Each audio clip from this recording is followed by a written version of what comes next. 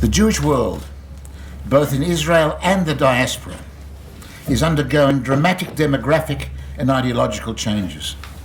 The past decades have witnessed a steep decline in the power and influence of diaspora Jews.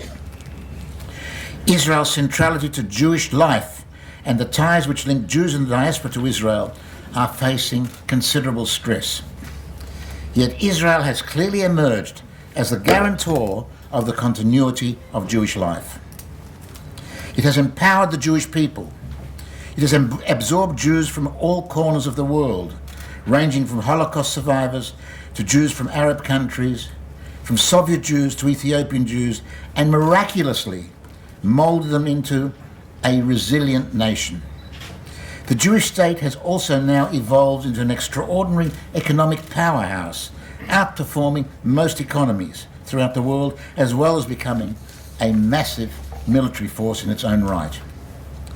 Despite the media sensationalizing the major differences and rifts in our society, there is today in this country a greater consensus throughout the nation in relation to peace of our neighbours than was the case since the country became so bitterly divided over the Oslo Accords. The overwhelming majority of Jews seek separation from the Palestinians, but recognise that this cannot be achieved in the absence of security and a peace partner. This is the approach, basically, of all Zionist parties. Aside from the joint Arab Party, those opposed to this approach comprise of a dwindling, now almost fringe group of deluded leftists who attract disproportionate attention with their extremist views publicised by the post-Zionist newspaper Haaretz, which to my mind causes us more damage in terms of our reputation throughout the world than any of our enemies. And we have a few right-wing radicals seeking to annex all the territories, despite the fact that if we achieved this, we would transform Israel into a binational state, another Lebanon. In contrast to the accelerating alienation from Judaism amongst diaspora Jews, Israel over the past few decades has, aside from the ultra-Orthodox upsurge, undergone a revolutionary revival of spiritual awakening accompanied by increased religious observance. And I say, putting aside the Haredim and the extreme right. The Sephardi respect for tradition has led to a greater appreciation of religion and Jewish heritage throughout all streams of society. The aggressive secularism and polarization between the religious and secular streams of the early state have abated, and there is even somewhat of a renaissance of traditional and religious observance amongst young Israelis. But major conflicts in the religious arena remain unresolved.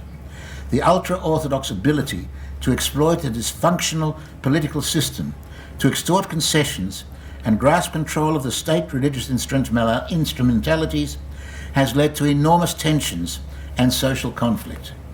Excuse me. The hijack of the former national religious controlled chief rabbinate by the ultra-Orthodox, who despise the institution, has enabled them to impose their stringent control over major issues of marriage, divorce and conversion. The power of the Haredi parties in the government also allow them to maintain an educational system which eschews all secular studies, denying graduates the opportunity of acquiring a meaningful livelihood. Rabbis in the Haredi yeshivot enjoin their students, or some of them do, enjoin their students to continue learning full-time and discourage joining the national workforce. This has economic implications and dooms most Haredim to poverty, dependence on welfare, or on the earnings of their wives. Their adamant refusal to serve in the IDF has created enormous tensions and resentment by the majority of Israelis who demand that they share the additional burden. In addition, the excessive stringency and lack of compassion displayed by some ultra-Orthodox rabbis controlling conversion has not only created enormous bitterness, but deters those not halakhically Jewish from undergoing conversion. This has awesome long-term implications, especially with the large numbers of Israeli-born children of parents who made Aliyah from the former Soviet Union. Regrettably, No rabbinical leader has emerged to replace the late Sephardi chief rabbi Ovadia Yosef, who, whatever his strengths and weaknesses, his standing and courage, despite fierce opposition, found a halachic solution which enabled the absorption of Ethiopian Jews. The Ethiopians posed far more complex halachic issues than children of mixed Russian unions who, on the basis of halakha, are classified as Zera Yisrael, and should have been treated more leniently than other applicants for conversion. What has also frustrated most Israelis, secular and religious alike, has been the efforts by the chief rabbinate to restrict the eligibility of rabbis officiating in marriage and conversion. This has been extended to the diaspora, where Orthodox rabbis not endorsing the extremist approach are blacklisted and their conversions are rejected as halachically unacceptable in Israel. Such a level of centralized global control of the rabbinate is unprecedented. For 2,000 years in the diaspora, every community formed its own local rabbinical court for such purposes. The Knesset sought to rectify such issues as the draft and compulsory core curriculum in the Haredi school system.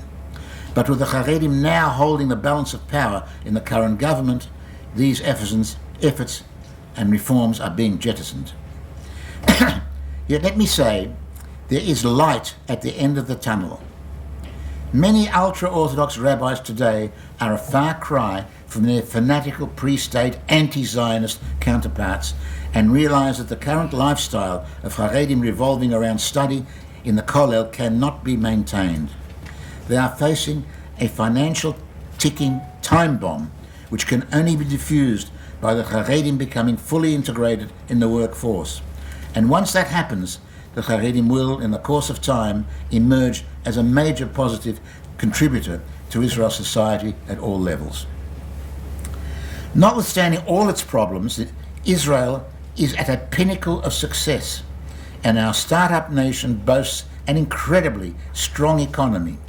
Ironically, despite being the only nation whose existence remains under threat and faces serious challenges, polls confirm that Israelis are amongst the happiest people in the world. You wouldn't think so if you look at our newspapers.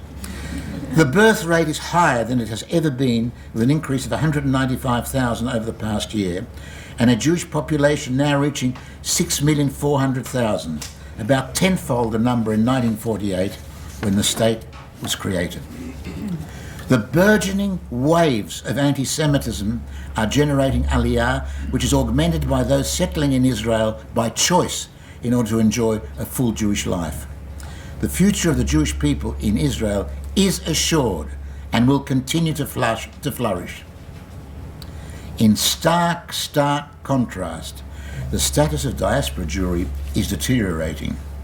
Between dramatically eroding identity and escalating intermarriage combined with an explosion of global anti-Semitism, every Jewish community face challenges of different degrees that at best will decimate their numbers and their influence. Yet rampant anti-Semitism has not impacted on intermarriage. Indeed, it is clear that in an open society today, campaigning against intermarriage on anything other than religious grounds is a lost cause and is justly considered racist. The statistics are horrendous. In the United States, levels of intermarriage outside the Orthodox stream run as high as 80%. Only a minuscule number of children from these mixed marriages retain any meaningful Jewish life. It is clear that if these trends continue, and they almost certainly will, we are witnessing an ongoing dramatic diminution in the number as well as the influence of American and other diaspora Jewish communities, many of which have already been decimated. The only exceptional group within this are the Orthodox, who currently comprise only about 10% of the American Jewish community. They don't intermarry they intermarry very little and have a much higher birth rate than other streams, 4.1 versus 1.7 children for the non-Orthodox, which is below the replacement rate. Over the next decades, as their numbers increase, it is they, in their manifold approaches ranging from extremely insular ultra-Orthodox Haredim to the radical open Orthodoxy, who are likely to emerge as the most dominant section of diaspora Jewish life. The Pew Study survey notes a dramatic decline in synagogue affiliation and a major increase in the number of, and I use the word quote, secular Jews. This is utterly misleading because there is no revival of secular culture, and this secular category is without doubt primarily comprised of nominal or totally assimilated Jews who have nothing to do with Jewish life. Even if they classify themselves as Jews, the assimilated or offspring of mixed marriages express their Judaism by substituting genuine Jewish values with universal liberal objectives such as social justice, often referred to as tikkun olam, mending the world.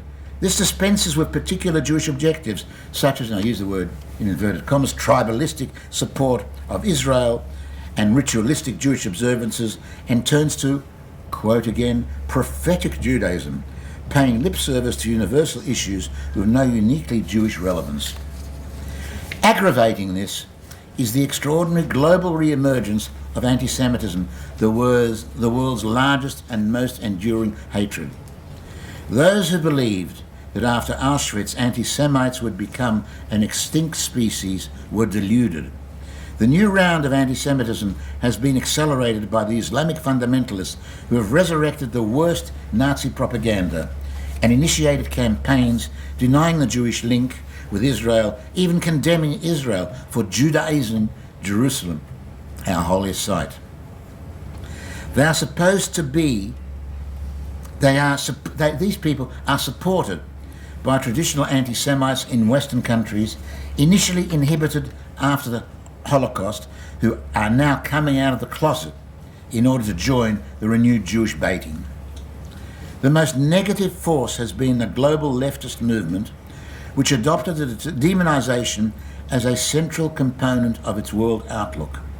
At a time when the Middle East has sunk into a barbaric, dark age, with countries imploding, millions slaughtered and displaced, progressives and liberals turned their wrath on Israel. They have allied themselves with the most brutal Islamic fundamentalist forces, betraying their commitment to human rights, engaging in the greatest slander in history by accusing Israel, the only democratic state in the region, of having been born in sin, of engaging in occupation and oppression of the Palestinians, of creating an apartheid regime, and above all, the repeated libel of behaving like Nazis.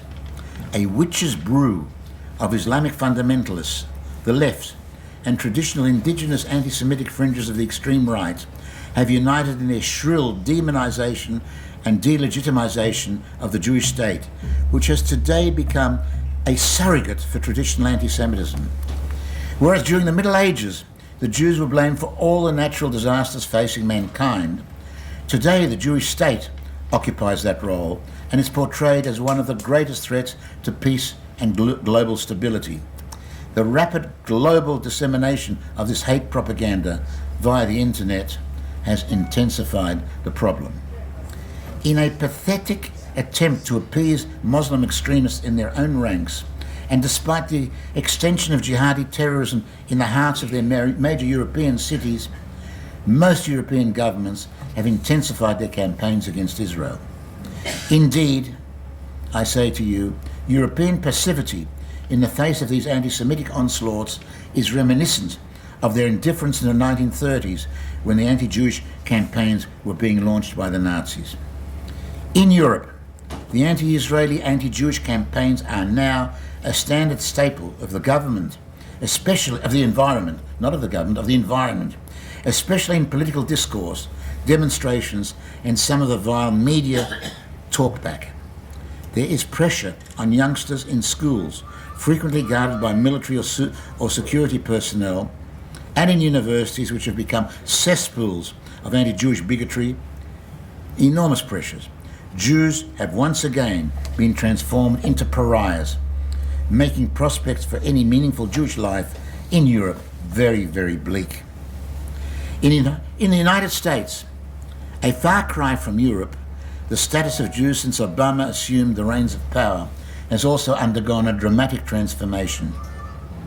From the outset, Obama was determined, I use the expression they used, to create daylight between the United States and Israel and blame Netanyahu for the failure to move forward in peace negotiations.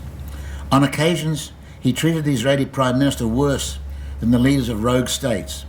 At the same time, he minimized the PA intransigency, incitement and terror.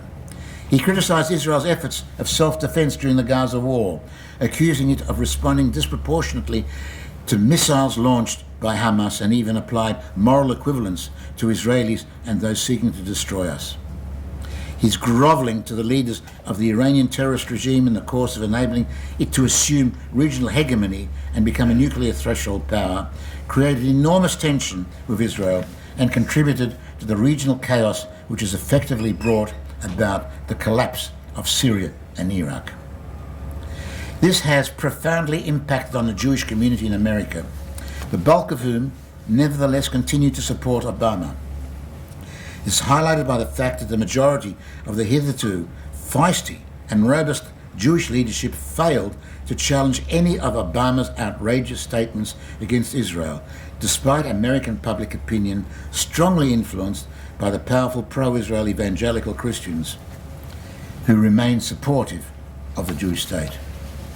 In addition, the growing hostility towards Israel emanating from the left wing in the Democratic Party is undermining the prevailing bipartisan approach towards Israel.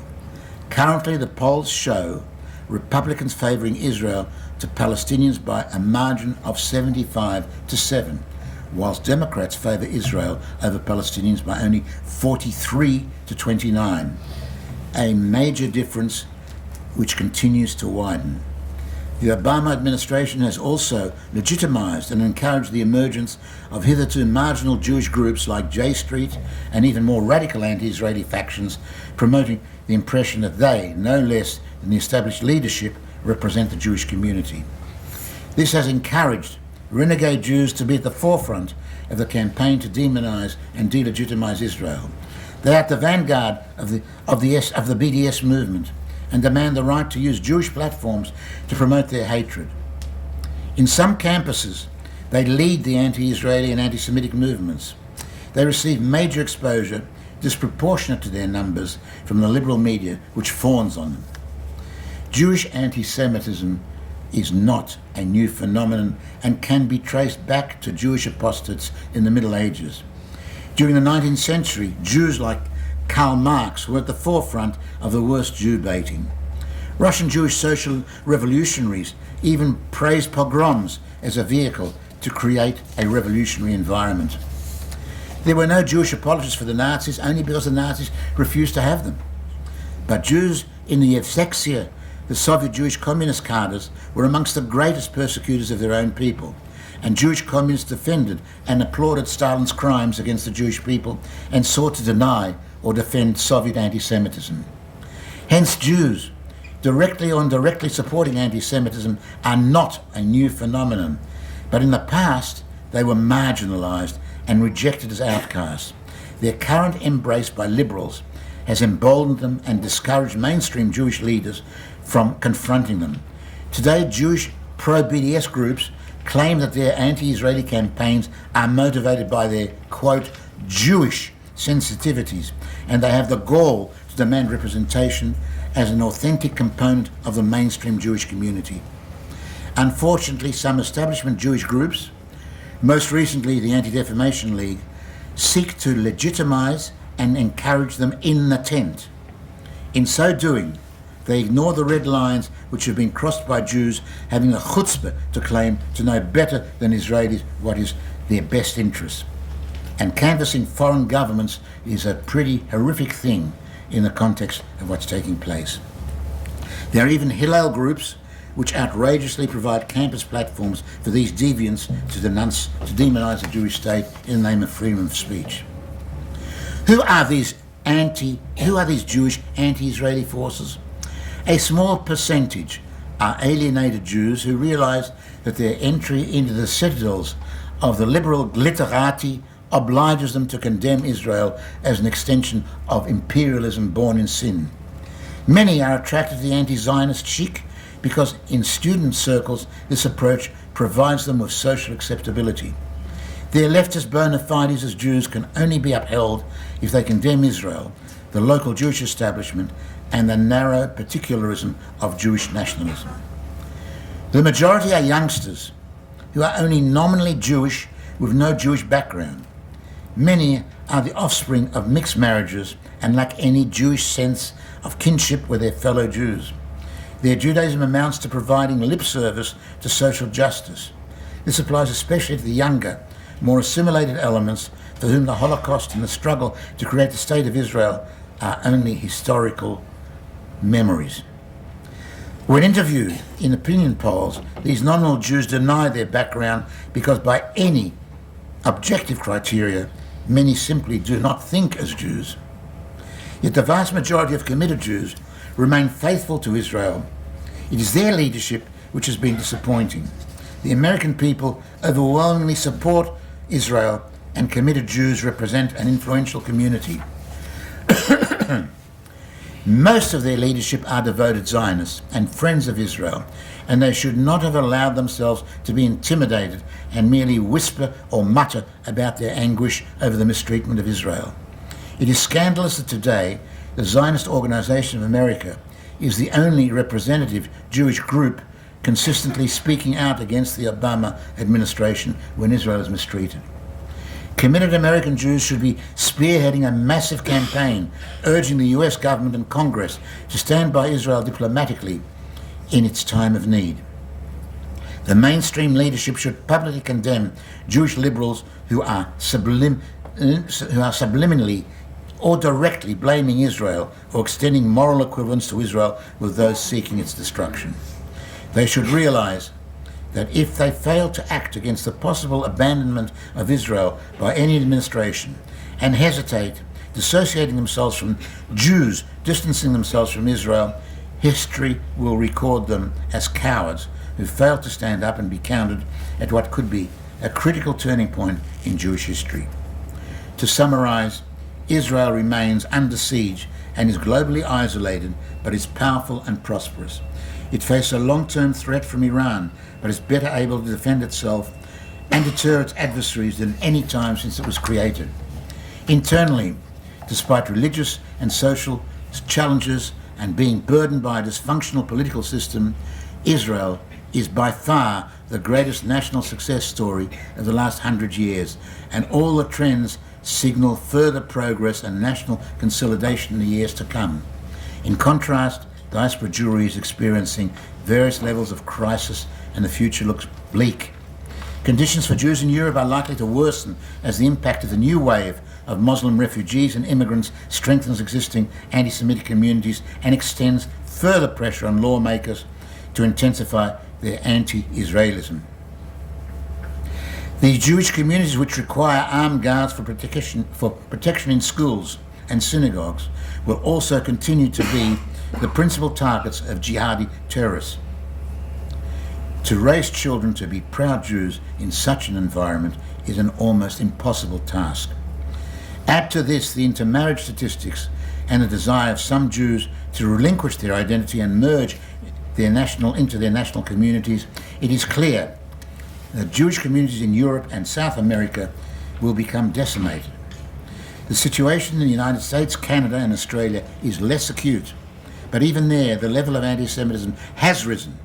The campuses are hotbeds of anti-Israeli and anti-Jewish incitement, and the liberal media has become hostile to Israel. One can no longer argue that American Jewry is unique and immune from the tensions affecting other diaspora communities. Despite the support of many evangelical Christians and public support for Israel, many Jews are concerned, insecure, and sensitive to accusations of displaying dual loyalties. More significantly, American Jewry is being decimated by intermarriage, sharply reducing its numbers and influence. There is also a dramatic polarization within American Jewry between the Orthodox and Reform, with rapid erosion of the centrist groups like the conservative movement. In a reversal of roles, the future of the diaspora is dependent on support from Israel. Israel will need to engage in global campaigns to strengthen the eroding Jewish identity. Programs like Birthright must be encouraged and intensified.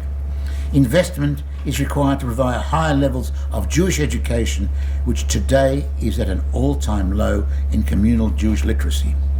The fact is that despite its many challenges, Israel is an extraordinary success story and will determine the future direction of global Jewry. There will always be Jews living in the diaspora. Simon Ravidovich referred to them as the ever-dying people. But will they continue to enjoy their existence as vibrant communities? That's the big question mark. Hopefully, aside from turning to Israel as a haven from persecution, increasing numbers of those sensitive to Jewish continuity will also opt for Aliyah, or at least encourage their children to do so. I thank you very much.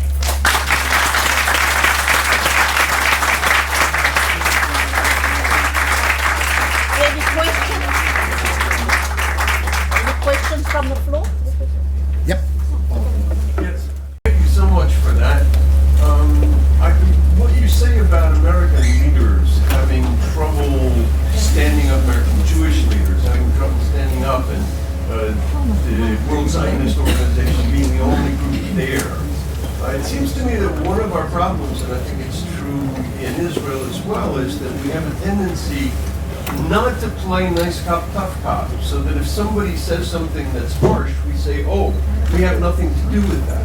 Instead of saying, well, you have to understand why he's saying that. He's upset, and he's right to be upset. And so you end up in the United States with a situation where the leadership, in Boston, the leader who was prominent in bringing the mosque to Boston now regrets it but won't say it publicly. You're not asking me a question, and I agree with you.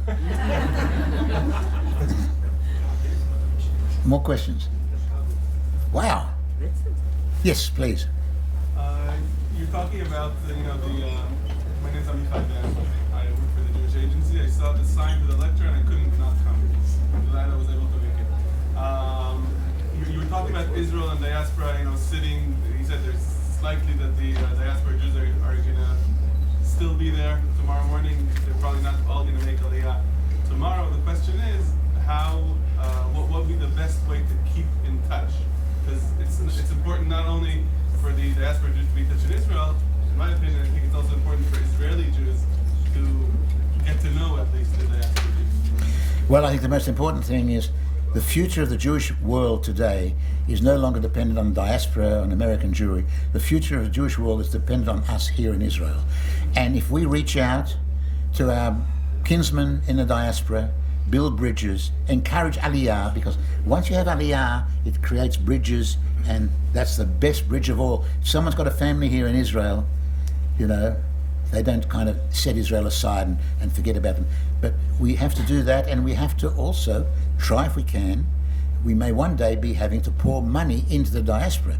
Instead of having a Keren HaYesod, which is collecting money for projects here, we'll be collecting money from Israel to maintain Jewish literacy abroad, and that may be necessary. It sounds grotesque, but it's real. Yes. Hi. My question is about the Orthodox community in the diaspora. Do you think that the primary goal should be to bring as many Orthodox Jews to Israel in order to kind of save that community, or do you think that there is a future for that community in the diaspora? Look, if anybody's going to survive in the diaspora, it is Orthodox Jews.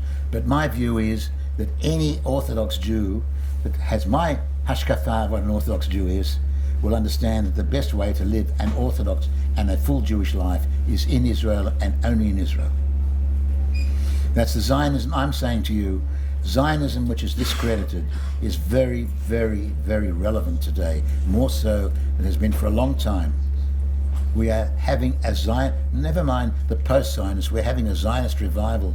It's brought upon us by adverse conditions outside and by our successes internally. And we should stop being masochists. We continually bash ourselves up. We are the success story of the last 2,000 years, not the last 100 years. What we've achieved here, we look at the people that have been molded into a nation, the extremes from Ethiopian to Russians to show us all this. When we look at this, This is the miracle. We are looking at a miracle which is as great a miracle, as far as I'm concerned, as Yetziat Mitzrayim. That may be apicos, but that's what I think.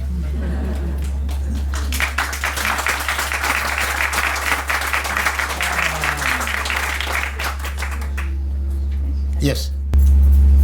Excuse my English, but still. It's okay. In English. You referred to the secular, you call it secular part of American Jewish community, and the non-secular, meaning the three known streams of reform, conservative, and orthodox. I would change the seder, but I did. What do you think will happen here in Israel? Because I'm a member, Emunah is a member of the World Zionist Organization, and within the World Zionist Organization, we see an ever-increasing attempt by the conservative and reform, mainly the reform movement, to get a hold here in the Israeli, I wouldn't say regime, but in the population and yes, in the government actually. What do you think about it? What should be done? What can be done? I'm going to upset 90% of you. Yeah, I guess so. I'm going to upset you. You're not going to like my answer.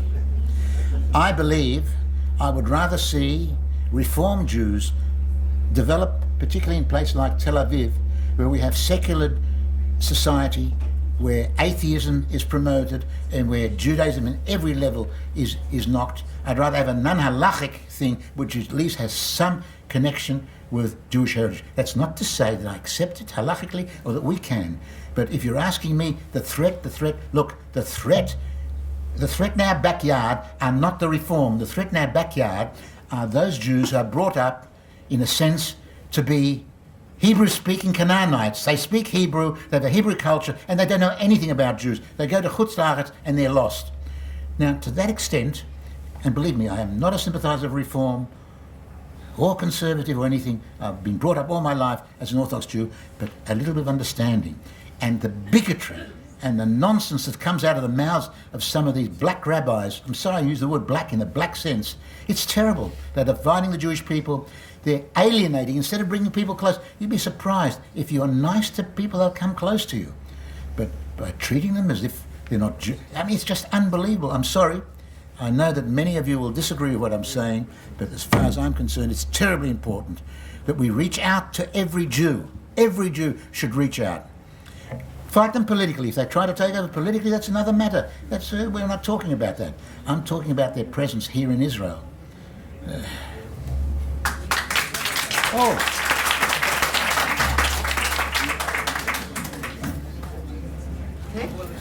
it odd? Yep. Rabbi, please. I'd like to agree very strongly with what you're saying and add just one important fact, I think. I don't believe in the history of our diaspora, alongside of the assimilation, there has been such a great return in so many areas. I'm talking about so many, and I'm talking about tens of thousands and even hundreds of thousands of crypto Jews in South America, in Mexico, almost wherever you touch them, returning in droves. All they need is a warm embrace to accept them back. I'll say something else in terms of conservative and reform. We have pilot conversion classes out of one of the major reform temples in the world, with hundreds of people studying Judaism. By Judaism, I mean Shabbat, no fooling around, no telephones. Because we're a period of great communication and much less communication. People sitting around the table with telephones, instead of talking to each other, they're talking into the telephone. And I found, strangely enough, when people hear about a Shabbat without traveling, A Shabbat being closest to the people and community that's close to you. Being close to yourself and to your God. They are ready for it in droves. The conversion classes between disaffected Jews and Christian partners looking for some way of making their families and their family life meaningful, it's absolutely amazing. So there's a tremendous possibility in another way, if only we will embrace every Jew.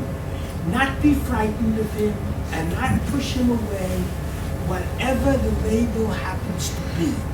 But teach him the glories of halachic Judaism. And I think we can turn the statistic around. If instead of seeing intermarriage only as a curse, those who are intermarrying, why not religious Jews and religious Christians? They're lapsed Jews and lapsed Christians. And usually, certainly the Jew has no background in his Judaism. If he is taught meaningful halachic Jewish life, you will gain two for the price of one, and many, many more at the same time. And it's truly happening, and we have to embrace it. Kol hakavod. Kol hakavod, I must say. I'm very honored that you're here, Rabbi, and I regard you as one of the vanguard that's trying to do better things in a society which is facing great problems. Kol hakavod to you, and I know that all of us echo my sentiments when we wish you every success and hope that the government does not do the political thing and does the right thing in relation to what's taking place. Right. Yes. I'm sorry, next. Yeah. In communities such as Australia, as you would know, life for Jews is very comfortable. Do you have any radical suggestions that would encourage Jews to come from communities like that, where there's complacency? There are no radical suggestions. The only thing is to encourage people to come and visit. People come and visit and get an understanding of the country. It changes. A lot of people have changed after they came to visit. And Australian Jewry, for example, is a very Zionist community for two reasons. One, because it's a Shoah-based community. It has the largest number of Shoah survivors proportionately to any country other than Israel. And two, because despite its geographical distance, the overwhelming majority of Australian Jews have come to Israel. And life there is good, but I'm hoping to see greater aliyah. But there's no easy ways, and people have to do this of their own. My own view is it's very, very hard. It's easy for us in Israel, I know because I've gone through it myself. Some of us here are failed Zionists. We gave up our Zionism and came to Israel. But I'm saying to you, it's not so easy for some people to move and to take the jump, that they should at least be encouraged to see that the future of their children is here. If they're not here, let them encourage them to send their children. I'm sorry, Rabbi Lookstein. Right. I'm glad that Rabbi Riskin spoke up. He spoke up about a piece of this issue. I don't dispute the dismal view that you have of diaspora Jewry, but there is another side to it. And in our community, the modern Orthodox community in America, we have a tremendous upsurge of commitment, of numbers, of institutions. I mean, there used to be one Ramaz. Yeah. Today we have, thank God, tremendous competition, because every community is creating day schools and elementary schools, high schools. The synagogue that I am the rabbi of, when my father was alive, we had an attendance of 150 to 200 people on a Shabbos. Today, it's more like 600-700 people coming, and the membership is tripled from where it was. And we're only one piece of a much larger movement. So I wouldn't be quite so sure that American Jewry is going down the tubes. There is a huge problem of assimilation and intermarriage. I also want to echo something else that Rabbi Riskin mentioned. When I started out in the rabbinate, maybe I converted one person a year or one person every 2 years. Today in our shul, we're, I would say, converting 15 people a year. A lot of them are marrying Jews.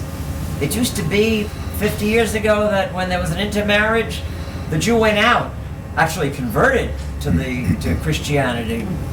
Today, the normal pattern, at least in the modern Orthodox world, is, you know, you try to fight the intermarriage, but if the person is ready to convert, you welcome them and you don't gatekeep them. That's the biggest problem. Gatekeeping in Israel, where they're not letting Russian Jews convert, and gatekeeping in America, which has modeled itself after the Israeli pattern, and making it difficult. There is a big growth pattern in modern Orthodoxy today. The birth rate is 3 to 4, whereas it used to be 1 to 2. It's a different look. What's going to happen in the next 10, 20, 30 years? We don't know. I don't want to get into Obama. I think your perception about him is absolutely correct. Who knows what's going to come? You know, maybe the father of a convert to Judaism. I'm not stating anything political here. I don't know what I wish for, actually. I just think it may not be quite as bad as the picture that you're presenting. Thank you, Rabbi Luckstein. Rabbi Luckstein, who I'm honored to be able to say was a honoree yesterday, and I was really very, very It's my proud. honor. No. My honor. But Rabbi Luckstein is the equivalent of Rabbi Riskin in the diaspora, and he's doing a tremendous job, and we're very, very privileged and fortunate to have men like that. I must say to you, if you may have misunderstood me. I said there will always be Jewish communities, and I said that 10% today of American Jewry are Orthodox, and that they will stay in their various phases, one way or another. I also said that the rest are disappearing, and I think that's not inconsistent with what you and I are saying, because if there's any future at all in American Jewry, it'll be modern Orthodox keeping it going, and the ultra-Orthodox producing large numbers, but whatever it is. But there's hope there that there will be a community. I never said the community is going to disappear, but I'm afraid that when we talk about the changes that are taking place in American Jewry and the religious level, we're talking about 10, 15%, whereas 75% are going in a negative sense. Maybe that will be reversed. I can't see it, because I think objectively, sociologically, it's not. But who knows? We have to pray for it. Again, as I say, the future is here. Thank you. Thank you very much.